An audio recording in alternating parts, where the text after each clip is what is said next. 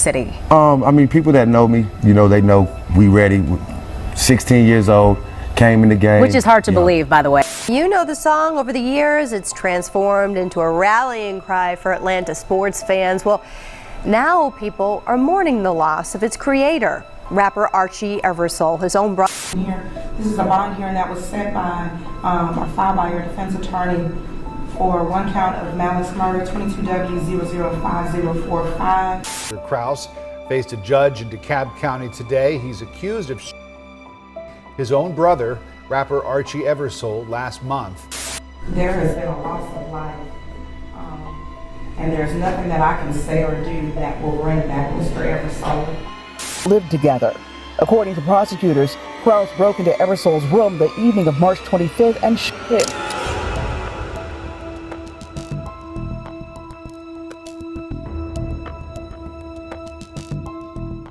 April 3rd, 2022. The music industry was about to suffer a loss that would weigh on the emotions of hearts everywhere.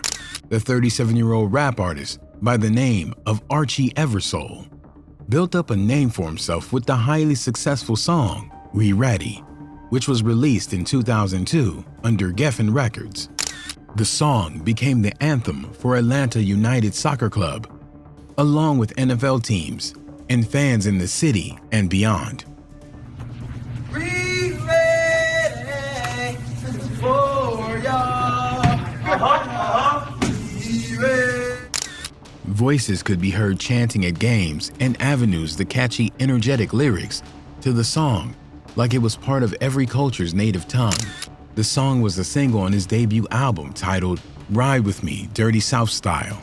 As a teenager, Eversole was already carving his name as an artist with the potential to leave an impactful legacy in the music industry.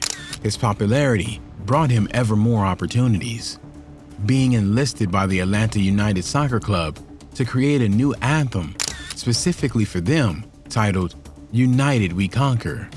He showed great promise, and no matter the ups and downs in the music industry, his name always brought a certain energy when it came to his ability to bring crowds together. Sadly, he wouldn't be able to live a full life doing what he loved because tragedy struck from the most unlikely of places. On March 25, 2002, Archie Eversole was asleep in his townhouse home on the 4500 block of Gulf Vista Circle, where he was awakened by a loud sound in his room. Eversole was shot, bleeding from his face. He stumbled and managed to make it out to the street, where he walked to a nearby Chevron gas station on the 4400 block of Snapfinger Wood Drive at around 7:30 a.m. Bleeding profusely from his wound, the police were alerted by staff at the gas station. They arrived to find Eversole with a bullet wound to his jaw and requested EMS to come to the scene. In speaking with Eversole, who was losing a hefty amount of blood at this time, he was able to tell them what had happened to an extent. Court details state that Eversole told officers he was asleep when someone shot him in the jaw. He didn't state who the shooter was, or even if he knew, but he did let officers know that the shooter was still there at the building. The clock was ticking, both to apprehend the suspect and to save Eversole's life. Going in and out of consciousness, he was rushed to the hospital. While his life was trying to be saved, officers went to the location of the house to investigate and search for possible suspects. There, they would locate the sole occupant that was at the building, Archie Eversole's brother, 41-year-old Alexander Cross. His brother also lived with Eversole. So now it was up to authorities to determine if he was the suspect they were looking for, or if the suspect had already fled. Investigating the surroundings, it was noticed that there were no signs of forced entry at the entrance. However, there was a trail of blood from the gas station right back to the residence. Analyzing Cross, it was noticed that blood was on his socks and shoes. But observing his movements closer, it was noted he was walking with a limp. When questioned about it, Cross blamed it on blisters present on his feet. He didn't have any weapons on him, but he had blood on his sock and his shoe.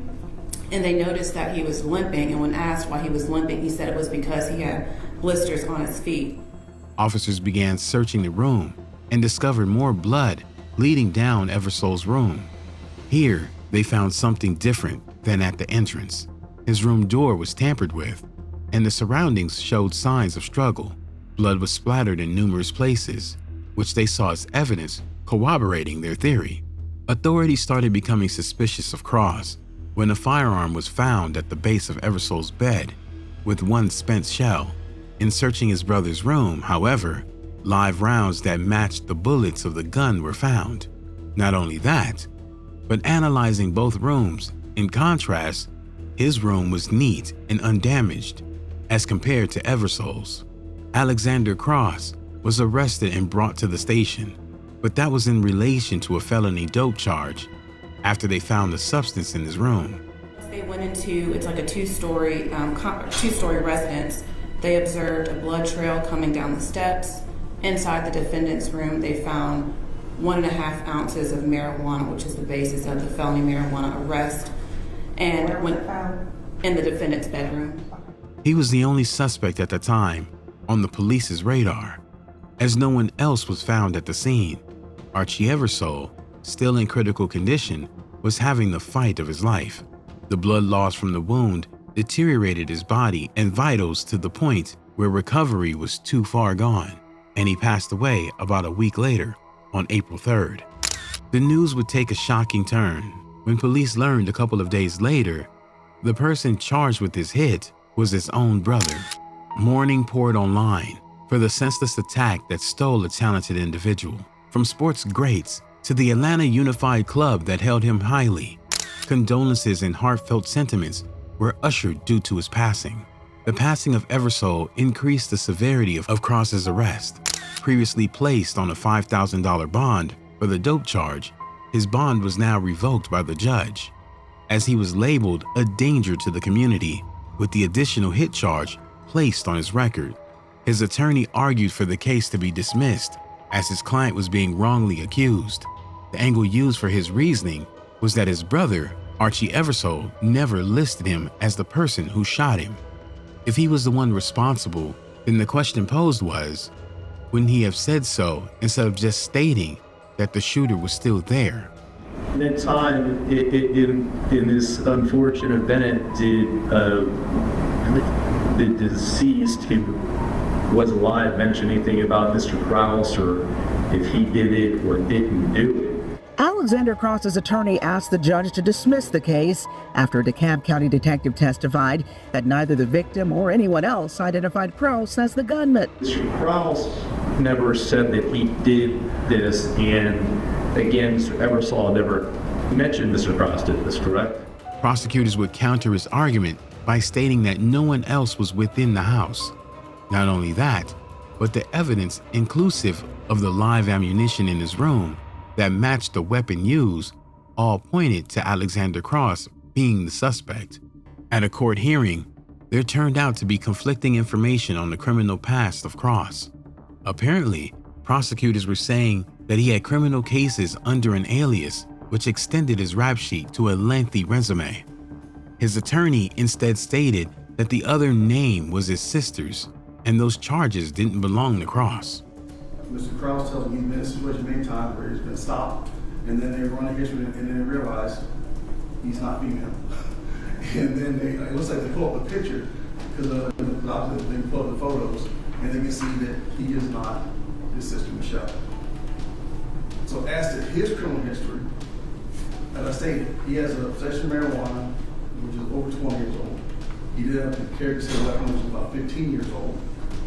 And outside of that, the only contact he's had with the system is that he is an alleged victim in a case involving the decedent's case, Mr. Arthur Eversole. So, Judge. It was a steady back and forth, with the only other person who knows the truth now deceased. Prosecutors had to cross their I's and dot their T's to defend their case. This, however, became more difficult when the mother of the brothers spoke out publicly, condemning the actions of authorities, as she stated that her son was innocent. No arguments. They had no feuds. Okay? No. And you the mom. And I know that. And as I said yesterday, I talked to the neighbor next door, and I just asked her, and I said, "Did you hear any arguments? Did you hear any fights?" She said, "No, I didn't hear nothing." Not only did she speak out against the arrest, but Eversole's manager also saw things from her perspective. From his description, both told to reporters, and in court, he paints a picture of brotherly love between Eversole and Cross, calling Cross very protective and supportive of his brother. Speculation would begin to spread online that things may have not been as happy and peaceful between the brothers as the manager led on. An online post made by Eversole a month before his passing saw him calling someone out through harsh words. Automatically, many thought it was directed at his brother, Cross. But that's an opinion that couldn't be proven.